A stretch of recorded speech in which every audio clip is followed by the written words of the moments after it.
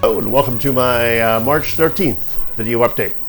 2 weeks ago I showed you the new PowerDeWise lavalier mic that I'd purchased recently, and I was really very happy with the audio quality. One thing I'll point out is that the wavelength when I'm editing in LumaFusion, the wavelength is different than when I'm using the Rode SmartLav Plus. It's kind of odd. Just kind of an aside. I'm not quite sure why that is. Probably has something to do with the way it's recording and some of the internal differences between the PowerDeWise mic and the Rode mic. But I've been very happy with the audio quality. And since it's $50 cheaper than the Rode SmartLav Plus, it's a nice alternative when, in this case, I plan to buy a quantity of them for the summer camp that I'm going to be doing. One of the things I really liked about the PowerDeWise is it came with a 79-inch or about a 2-meter cord extension. So you could extend the length of how far away you are from the recording device. And so together with the wire that's on the PowerDeWise, the direct wire, which is about 5 feet or 1.5 meters, gives you a total of like 3.5 meters or 11 feet that you can be distant from the device to which you're recording. But I never tried it when I spoke 2 weeks ago about it. So I decided I need to give this a shot and see how it worked. So I did a recording without the extension attached and with the extension attached. And here's a little clip of the differences that I got when I was recording in this very room. Okay, I'm right in front of the camera and using the extension cord. So if I move further away, is it still the same? All right, now I just have the mic directly plugged into the phone, no extension cord. So notice the segment when I was recording with the extension attached was a little echoey. And in this room, I would expect it to be echoey because it is, wood floors, all windows around, no soundproofing.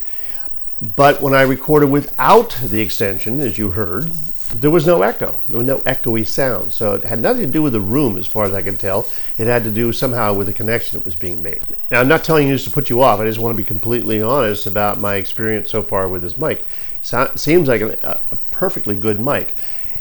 And I did a couple more tests and I would record and I wouldn't get the echo, or I would get the echo. So I wrote to the PowerDeWise support folks. They got right back to me. They offered to replace the mic, but they asked me if I would do some tests with different devices. So I attached it to my little Olympus recorder, and sometimes I got the echo, sometimes with the Olympus recorder I did not get the echo. But if I tried it again with my iPhone 7 Plus, I would get it sometimes and not get it. So the jury's still out a little bit, except that I think it has to do with how tightly you connect. I mean, the connection between the extension cord and the primary cord has to be, is very tight when you really push it in. Now I'm recording with the PowerDeWise mic, but I'm not using the extension cable. But over the next month or so, I intend to use the cable or use this mic with the extension a lot to make sure that it is the one that I want to buy for the people that participate in my summer camp. And as I said, I'm sharing this with you just to be completely upfront. This is not a review of the mic, not intended to be a comprehensive review of the mic. And my experience with the mic really is that it's recording fine. The audio recording that I'm getting is great. But there is this one caveat with the extension cable, which is one of the reasons that I like this particular mic, that it's not always 20 feet long like my Audio-Technica mic is. One other experience I had, and I believe, what I haven't done is I haven't tried it with the regular built-in camera app. I have to do that to record video and see what the results are like, because I usually use Filmic Pro. And I noticed that when I first would record with this mic, it really does peak. And so I had to limit the peaking of the mic. Otherwise, I got a really loud screeching noise when I first started playing back what I was recording. Okay, on to my other topic, which is also related to this summer camp that I'm planning for June, and also related to the mobile video storytelling class that I teach. The idea of the camp is you've got a smartphone or an iPod Touch and can record video. So there's really very little investment beyond the cost of the camp. And I'm providing you with, as participants, I'm providing you with a stand like I've got here, and I'm providing you with the mic, as I just said. And that you're going to use the default camera app on the iPhone or iPod Touch, as well as iMovie, which is a free app for iOS devices.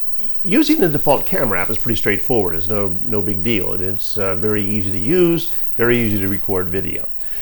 Although personally I prefer to use Filmic Pro, partly because I like the feature in Filmic Pro, the stitching mode, that lets me stop recording, move my camera, start recording again. It's all saved to one file. But that's neither here nor there. Using the camera app is really fairly easy. iMovie, on the other hand, is a little bit different. I prefer to use LumaFusion by LumaTouch because of all of its features. But iMovie is still a very, very good video editing app, and I realized I haven't used that for a while. I better practice with it. So I started playing with the app, and wow, am I spoiled by LumaFusion. Now, as I said, iMovie is a very capable app, and actually, though it's not obvious that it has a lot of features because they're somewhat hidden in my opinion, it still is a very full-featured video editing app. And a lot of people use it. So I've started playing with it so that I could get myself up to speed enough to teach it.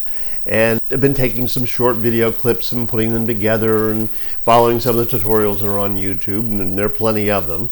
So, this was kind of an eye-opener to me that I really do need to kind of brush up on this particular app. And as I said, iMovie is much more robust than when you first take a look at it. So multi-tracks. There's also audio editing, ducking and fading, all sorts of features, and the ability to do B-roll on a second video track. It's all there.